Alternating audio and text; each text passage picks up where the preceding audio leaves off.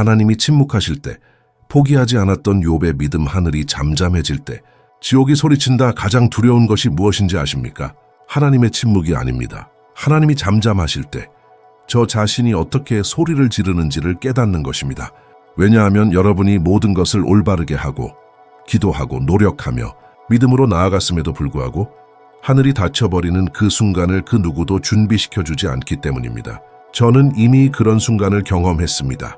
세상이 무너져 내리고 위에서 오는 유일한 응답이 오직 침묵뿐인 그 순간 말입니다. 그리고 바로 그 먼지 속에서 저는 터무니없지만 완전하게 제 신앙 고통, 심지어 하나님을 바라보는 방식을 바꾸어 놓은 어떤 것을 발견했습니다.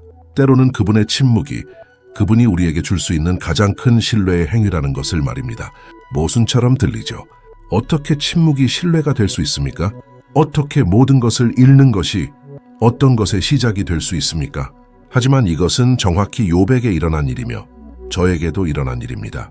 오늘 저는 하나님의 침묵이 당신의 믿음이 마침내 성숙하는 장소가 될 수 있는 방법, 모든 것이 말이 되지 않을 때에도 신뢰한다는 것이 실제로 무엇을 의미하는지 이해하는 방법, 그리고 당신이 지금 느끼고 있는 이 고통이 당신의 가장 깊은 변화의 시작일 수 있는 이유에 대해 이야기하고 싶습니다.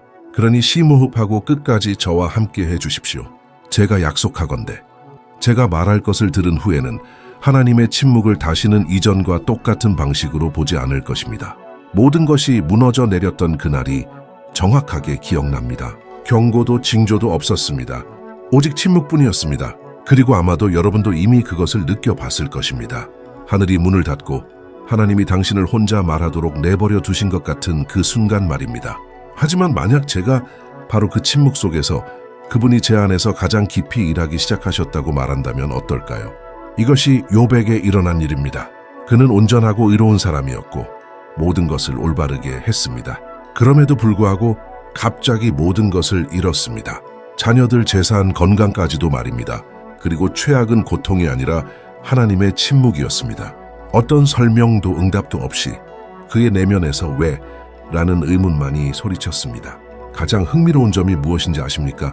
우리는 하나님이 침묵하실 때 그분이 우리를 잊으셨다고 항상 생각합니다. 하지만 사실 때때로 침묵은 우리의 믿음이 시험받는 무대이며 지옥이 수치를 당하는 장소입니다.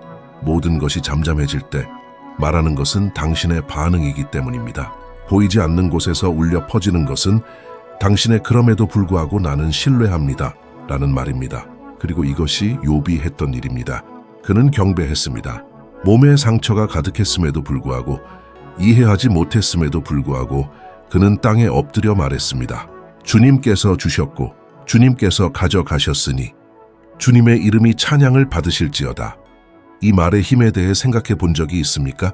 당신은 직장, 우정, 기회와 같은 사소한 것을 잃었다고 몇 번이나 불평합니까? 하지만 욥은 모든 것을 잃었고 그럼에도 불구하고 경배하기로 결정했습니다. 저는 이것을 힘든 경험을 통해 배웠습니다. 제가 안전하다고 느끼게 해주었던 거의 모든 것을 잃었던 시기가 있었습니다. 사랑하는 사람의 건강, 제가 믿었던 프로젝트, 제 삶을 통제하고 있다는 느낌 말입니다.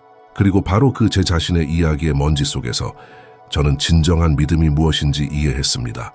믿음은 모든 것이 잘 될 때가 아니라 아무것도 제대로 되지 않는데도 불구하고 당신이 계속 믿는 것입니다. 그리고 과학이 무엇을 확인하는지 아십니까? 하버드 의과대학의 연구는 깊은 정서적 상실 기간 동안 믿음을 유지하는 사람들이 고통 속에서 목적을 찾기 때문에 트라우마로부터 7%, 약 70% 더 빠르게 회복한다는 것을 보여줍니다. 즉 이것은 단지 종교에 관한 것이 아닙니다. 그것은 실제적인 정서적 치유입니다. 그러므로 오늘 저는 여러분에게 묻습니다. 만약 하나님의 침묵이 징벌이 아니라 신뢰라면 어떨까요? 만약 그분이 당신을 벌하기 위해서가 아니라 더 큰 어떤 것에 합당한 사람으로 증명하기 위해 당신을 지켜보고 계신다면 어떨까요? 당신을 위한 도전. 다음 하미렘 동안 하나님이 침묵하고 계신다고 느낄 때마다 불평하는 대신 오직 이렇게 말하십시오. 나는 여전히 신뢰합니다. 그렇게 해보십시오. 그리고 상황이 변하기 전에 당신의 마음이 어떻게 변하기 시작하는지 관찰해 보십시오. 고통이 말이 되지 않을 때 목적이 숨겨져 있다. 당신은 왜 이런 일이 나에게 일어나는 걸까? 라고 스스로에게 물어본 적이 있습니까? 저는 있습니다. 솔직히 말해서 그것은 가장 인간적이면서도 가장 답을 얻기 어려운 질문 중 하나입니다. 제 삶에서 모든 것이 무너지기 시작했을 때 저는 정확히 그것을 스스로에게 물었습니다. 저는 이해할 수 없었습니다. 저는 모든 것을 올바르게 했는데도 불구하고 땅이 사라졌습니다. 그리고 바로 거기에서 저는 하나님이 항상 설명하기를 원하시는 것이 아니라 때로는 드러내기를 원하신다는 것을 배웠습니다. 욥도 이해하지 못했습니다. 그는 한꺼번에 모든 것을 잃었습니다. 재산, 자녀들, 건강 말입니다. 그리고 그가 마침내 입을 열었을 때 밖으로 나온 것은 분노가 아니었습니다. 혼란이었습니다. 그는 단지 왜를 이해하고 싶었습니다. 하지만 하늘은 계속 침묵했습니다. 우리도 그렇지 않습니까?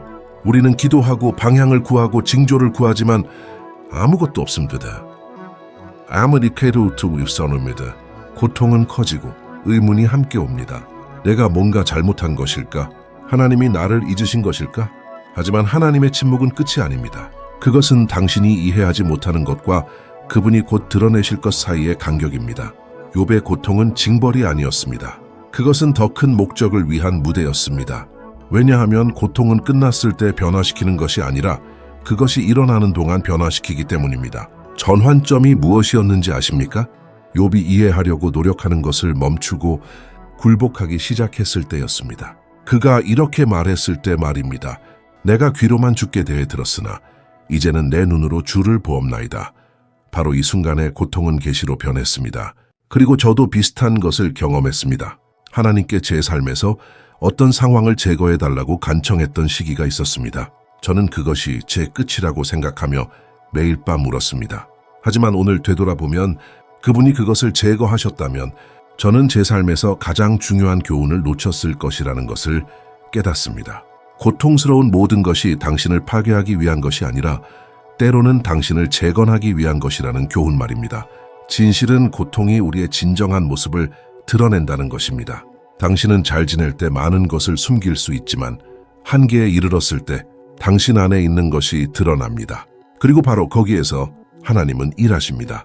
예를 들어볼까요? 스티브 잡스는 자신이 설립한 회사에서 해고당했습니다. 그는 굴욕을 당하고 잊혀졌습니다. 하지만 그 자신은 나중에 그것이 일어날 수 있었던 가장 좋은 일이었다고 말했습니다. 왜냐하면 그것이 그가 본질로 돌아가 열정을 가지고 다시 시작하도록 강요했고 거기에서 아이폰이 탄생했기 때문입니다. 그의 고통은 목적으로 바뀌었습니다. 욥도 마찬가지였습니다. 지옥은 한 사람을 파괴하고 있다고 생각했지만 사실 수천 년을 가로지를 간증을 세우고 있었습니다. 그러므로 오늘 당신이 고통 한가운데 있고 아무것도 이해하지 못한다면 저는 이것을 기억하라고 말씀드리고 싶습니다. 이것은 끝이 아니라 단련입니다. 오직 불만이 드러낼 수 있는 어떤 것을 당신 안에서 하나님이 빚고 계신 것입니다. 이번 주를 위한 도전, 왜 이런 일이 나에게 일어나는 걸까? 라고 묻는 대신 이렇게 물어보십시오.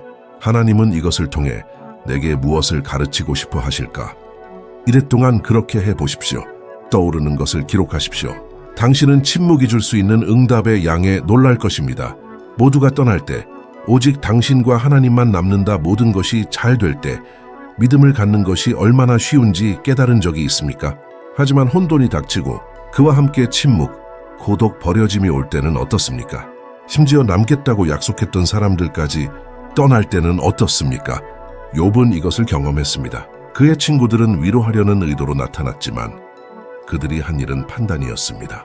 그들은 그가 뭔가 잘못했을 것이고 하나님이 벌하고 있다고 말했습니다. 설상가상으로 그의 삶을 함께 나누었던 그의 아내조차도 상처로 뒤덮인 그를 바라보며 이렇게 말했습니다. 하나님을 저주하고 죽으십시오. 당신이 가장 사랑하는 사람으로부터 이 말을 듣는다고 상상해 보십시오. 겉으로는 부서지고 속으로는 더욱 상처를 받는다고 상상해 보십시오. 하지만 욥은 포기하지 않았습니다. 그는 진정으로 신뢰하는 사람에게서만 나오는 침착함으로 대답했습니다. 우리가 하나님께 복을 받았은즉 화도 받지 아니하겠느냐? 바로 이때 믿음이 이론을 멈추고 현실이 됩니다.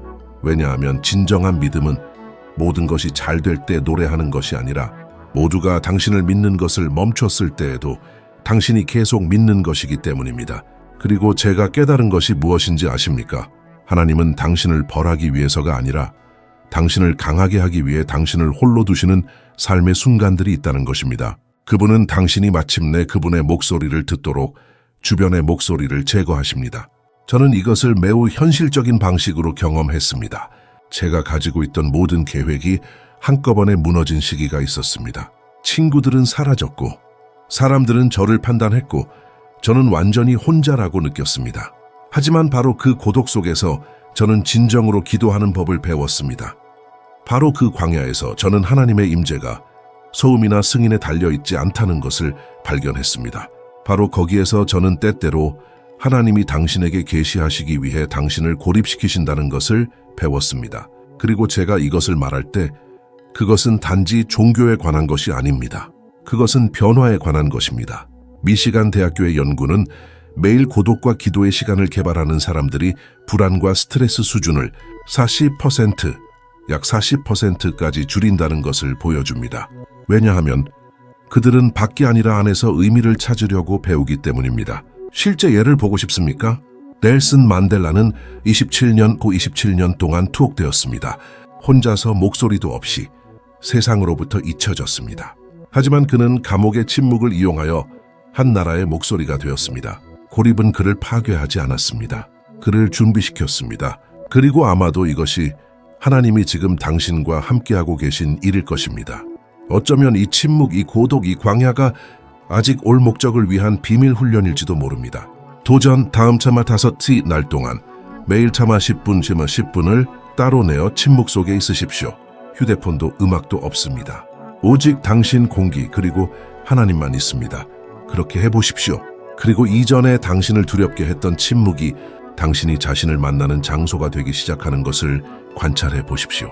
침묵이 끝나고 하나님이 다시 말씀하실 때 모든 일이 있은 후에 잃고 울고 의심하고 계속 믿은 후에 하늘은 마침내 말했습니다. 하지만 하나님이 말씀하셨을 때 설명과 함께 오지 않으셨습니다. 그분은 욥아 이것 때문이었어 아니면 저것 때문이었어 라고 말씀하지 않으셨습니다. 그분은 단지 자신이 누구인지를 보여주셨습니다. 그리고 때때로 이것이 우리가 필요로 하는 것입니다. 적은 대답, 더 많은 임재 말입니다. 욥이 하나님을 보았을 때 그는 이해했습니다. 침묵이 거절이 아니라 준비였음을 이해했습니다. 고통이 끝이 아니라 더 큰 어떤 것으로 가는 길이었음을 이해했습니다. 그리고 그는 성경 전체에서 가장 강력한 문장 중 하나를 말했습니다. 내가 주께 대하여 귀로 듣기만 하였사오나 이제는 눈으로 주를 보옵나이다. 이것의 깊이를 깨닫습니까? 욥은 잃었던 것과 똑같은 것을 가지고 그 과정을 벗어나지 않았습니다. 그는 새로운 마음, 하나님과 삶에 대한 새로운 시각을 가지고 나왔습니다. 그리고 이것이 제가 오늘 여러분이 이해하기를 원하는 것입니다. 때때로 하나님은 바깥에 있는 것을 바꾸지 않으십니다. 왜냐하면 그분은 먼저 안에 있는 것을 바꾸기를 원하시기 때문입니다. 저는 이것을 현실적으로 경험했습니다. 제가 하나님께 저를 어떤 상황에서 벗어나게 해달라고 기도했던 시기가 있었습니다. 그리고 그분은 저를 벗어나게 해주시지 않았습니다. 그분은 그 안에서 저를 변화시키셨습니다. 그리고 바로 거기에서 저는 깨달았습니다. 가장 큰 기적은 하나님이 상황을 바꾸실 때가 아니라 그 안에서 우리를 바꾸실 때라는 것을 말입니다. 욥에게 일어난 일이었습니다. 그가 친구들을 용서했을 때, 그를 상처 입힌 사람들을 위해 기도했을 때, 그가 그렇게 많은 고통 후에도 사랑하기로 선택했을 때 하나님은 그를 회복시키셨습니다. 그가 잃었던 것에 이두배를 주셨습니다. 하지만 진정으로 변한 것은 그가 가진 것이 아니라 그가 누구였는지였습니다. 그리고 이것은 오늘날까지도 일어납니다.